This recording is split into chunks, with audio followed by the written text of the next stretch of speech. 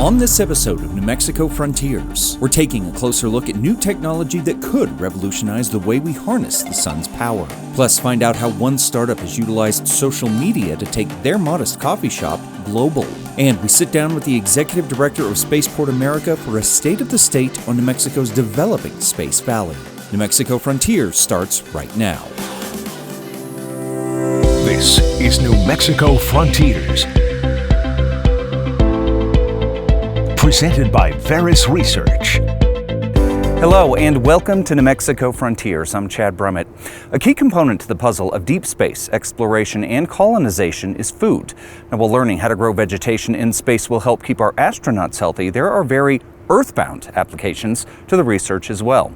We caught up with one scientist here at UNM who was working on a solution to an increasingly difficult problem. Attack of the killer tomato. Science fiction may have its own take on the flavorful fruit, but science fact is looking at the very real challenge of growing tomatoes and other agricultural products in the face of harsher growing conditions. There's an enormous fraction of the world that's in arid environments.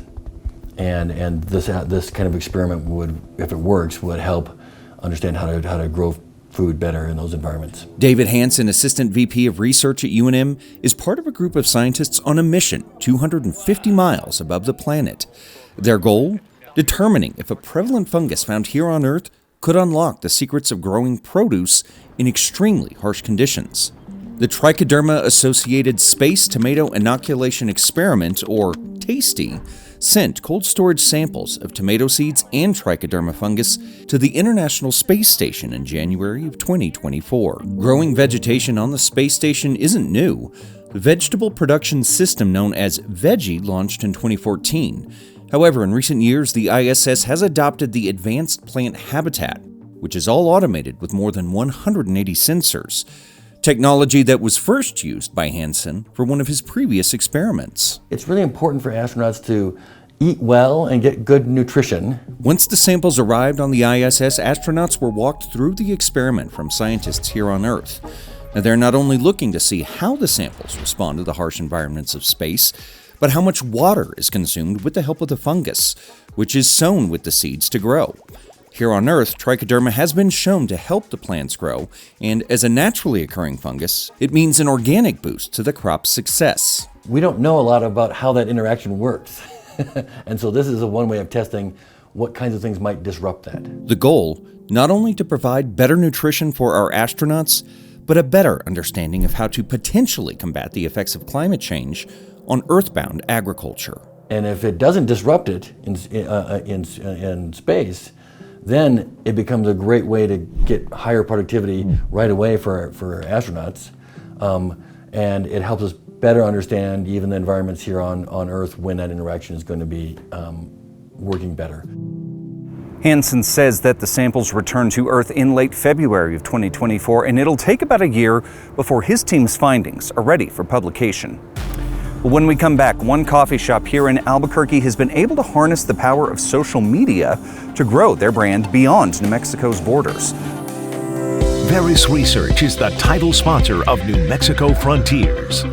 Veris Research was founded on the idea to have a culture and an environment where talented people could come to pursue their passions. If you are passionate about technology and want to make a difference, join our team at Veris Research. Let's create solutions that matter. Starting a small business is no small task, and a recent study conducted by a UNM professor shows just how important technology is to getting a small business off the ground.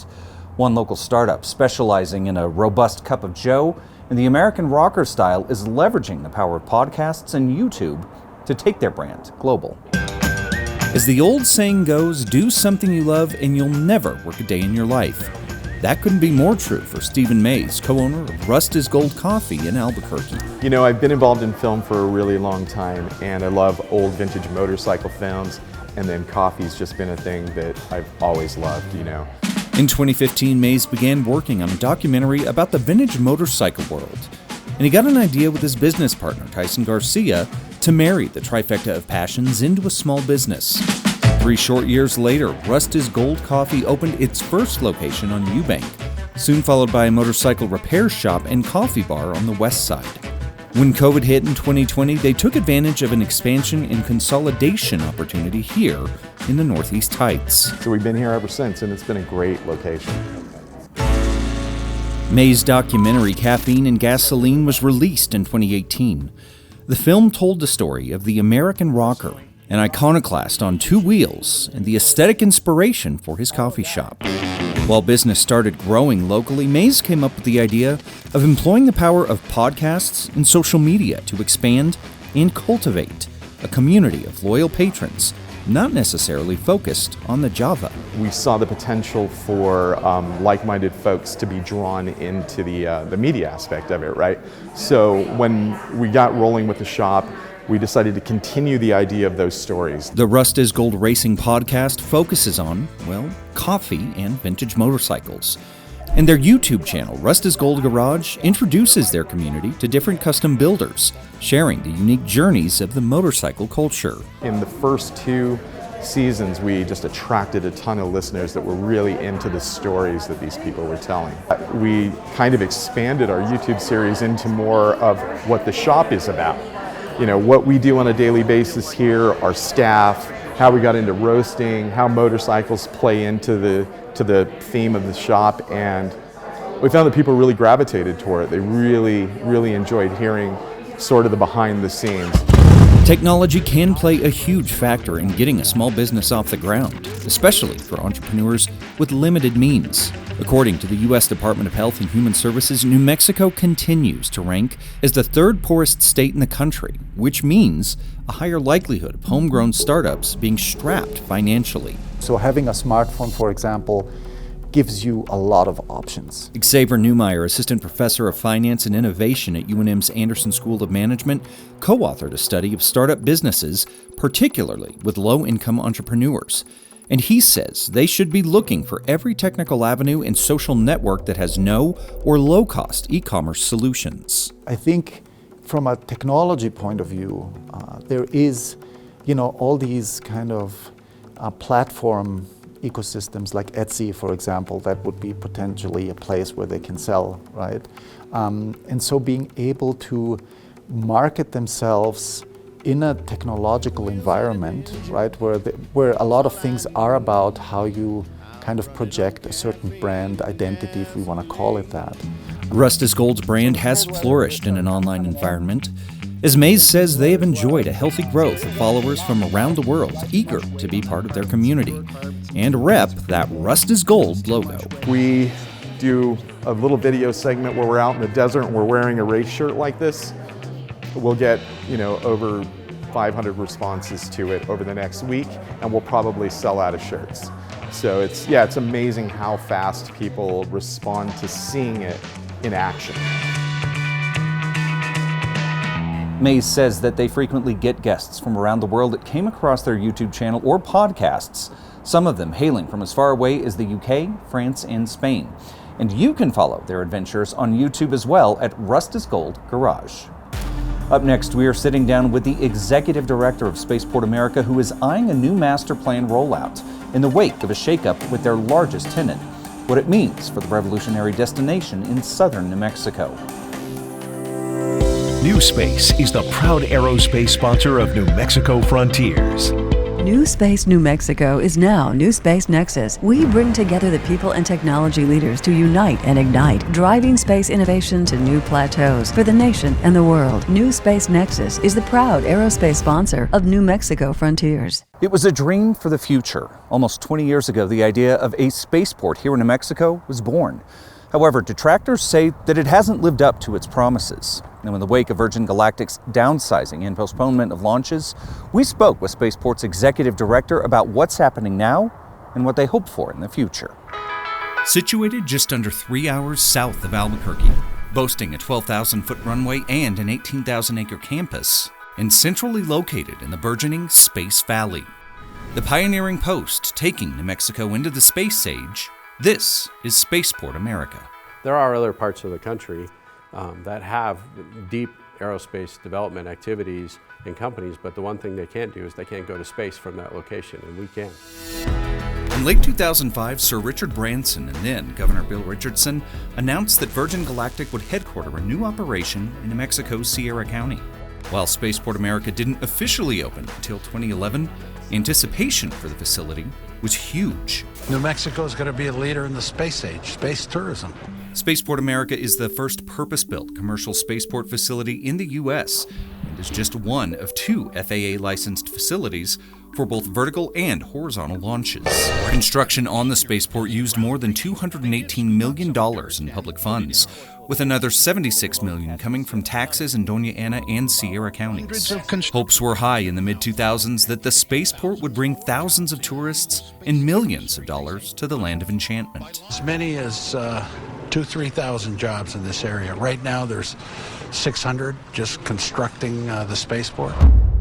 But some critics in Sierra County feel that promise of prosperity has yet to be fulfilled. There was going to be 100,000 visitors every time there was a flight. That their tourism was going to boom, that every small business was going to be full, every hotel was going to be full, every restaurant was going to be full. We are supposed to see economic growth and prosperity. Instead, our county remains one of the poorest counties in the United States. I try to be optimistic that our involvement in the space industry here and around the world can create opportunity in Sierra County. Many in Spaceport America's county of Sierra say that they haven't seen a return on the investment made nearly 2 decades ago. So people, saying, we're putting money into this, am I seeing a return on my investment? Or they're saying, I'm not seeing it, not a big fan. How do you address those concerns and that criticism? Nobody can build a spaceport just out of the blue. The federal government built the spaceports in Florida and Vandenberg and Virginia. So New Mexico took it upon themselves to build a spaceport with our initial primary customer, Virgin Galactic. But we are building a bridge to space. We are building a harbor, a place where people can come and launch. Branson himself flew to the edge of space in July of 2021, with Virgin Galactic's first trip with paying tourists flying just 2 years later. But in November of 2023, the company announced that they would be suspending flights to focus on development of their next-gen Delta-class spacecraft, set to debut in 2026. They also laid off more than 70 employees here in New Mexico. When you guys first heard that, what was the reaction? Well, their business plan requires a certain amount of throughput, right? You got to carry enough astronauts to space and generate enough revenue to keep things moving. And they got a taste of what that would look like over the last year when they did these 6 flights, and they realized that they were going to have to get people up to space quicker, which means the space vehicle had to be able to be reprocessed so it could go back to space quicker. So we understand the reasoning behind that, and we understand that that was going to cause a slowdown. Scott McLaughlin, Executive Director of Spaceport America, points out that while Virgin Galactic laid off 73 workers, they still have roughly 200 New Mexicans employed with the aerospace company. Which means we probably have about 600 to 700 jobs that are also attributable to activity due to the spaceport. And according to an economic impact study conducted by the Arrowhead Center at New Mexico State University, Spaceport America brought in more than $60 million of new money in 2022 alone, with an average of just under 3,400 visitors per month. They're doing stuff out there that's very likely going to change this world. Now, the facility is working on a new master plan that will hopefully bring new tenants in, residing alongside current companies like Virgin Galactic, SpinLaunch, AeroVironment, and Prismatic. Spaceport has also signed a memo of understanding with Borderplex Alliance, an organization focused on growing manufacturing in the southern New Mexico region. McLaughlin, a native New Mexican, says that he is excited to be part of a growing network of space agencies forming what is collectively known as Space Valley. This area between Los Alamos and El Paso, a mecca of high-tech aerospace, aviation, and guess what? You can go to space. You can go to orbit, you can go to suborbit. It could be really transformational for New Mexico. While Virgin Galactic hunkers down to develop the next generation of spacecraft, and Spaceport works to develop more tenants and programming for locals, McLaughlin stresses the fact that the mission of Spaceport America is far from complete. And as with any large enterprise, it will take time to optimize the value stakeholders believe is held in this striking facility that calls New Mexico home. Well, after the break, we are taking a look at what proponents believe to be the future of solar energy and its extraterrestrial method of collection. Scientists have been sounding the alarm on climate change for years now. And in an effort to maximize the yield of solar energy, they are now looking 250 miles above Earth for a technology that could revolutionize the way that we harness the sun's power. According to the World Health Organization, between the years 2030 and 2050, nearly 250,000 deaths are expected to be caused by climate change. In response, private and governmental agencies are working to develop cleaner energy solutions like wind and solar. And so imagine that, instead of having a solar cell that, is only good for about a quarter of the day, imagine that you had a solar cell that was good 24 hours. One of the challenges that has persisted with solar energy is well beyond our control: weather and the Earth's rotation. That's why the concept of space-based solar power is so tantalizing to industry experts like Peter Garretson, a fellow in defense studies with the American Foreign Policy Council. And then imagine that you had an almost a magical ability to put that power wherever in the United States you needed to, wherever the load was peaking or sunsetting. And imagine that that solar cell wasn't just for some small facility, but it could power our largest cities. The technology could be a game changer, not just for cleaner energy here on Earth, but the advancement of space exploration entirely. While there are a number of concepts in development at this point, the general nuts and bolts of the process are the same. First, a large-scale solar array captures solar energy while in low Earth orbit. That energy is then converted into either radio frequencies or microwaves, then transmitted down to Earth. A rectina will then receive the signal, which will be converted into electricity. And finally, that space-based solar power makes its way into your business or your home. Some of the initial R&D and demonstration is done right here at Air Force Research Labs. Here in the growing Space Valley, New Space Nexus is working to bring together a consortium of stakeholders in space-based solar power, recognizing the need to bring concept to reality. We're here, we're trying to do what we can to support the growth of the space industry. Our vision for New Space Nexus is that we're growing the space industry from New Mexico for the nation. However, a recent study on the feasibility of the technology conducted by NASA wasn't all that promising. NASA really fumbled the ball on this report. Essentially, the NASA report examined the economic viability of space-based solar power with a target of 2050 to bring the technology to orbit. Based on their findings, two front-runner designs show a cost of 30 to 80 times higher than Earthbound solar collection. However, as Garretson says, the report's data didn't encompass a large enough swath of stakeholders. Part of the problem, in Garretson's eyes, is the agency's current focus, which is working on manned missions to the Moon and to Mars. Another element proponents of the technology must contend with is getting the collectors into orbit. According to NASA's report, the solar panels in this design alone are roughly 3,000 times larger than the International Space Station. In order to get a vessel into orbit, it must be taken up in pieces, say by hitching a ride on SpaceX's forthcoming Starship, then assembled above the planet. The world is moving on this and seeing this huge opportunity, and the U.S. needs to move too. While Durad and Garretson don't align with everything in NASA's report, they do all agree that the best path forward is collaboration with the federal agency and private companies, like the New Space Igniter above. And as Garretson stresses, the path forward means so much more than just clean energy here on Earth. If you can build a solar power satellite, you can build very large space stations. You can build very large spaceships that travel to Mars. You can build probes that can go interstellar. There are all kinds of exciting things that happen when you start to be able to build large structures in space. According to AFRL, they too have developed what's called a sandwich panel that they hope to take to orbital trials in 2025. Well, that's going to do it on this episode of New Mexico Frontiers. If you would like more information or a recap of the entire episode, just head over to krqe.com. Thanks for joining us.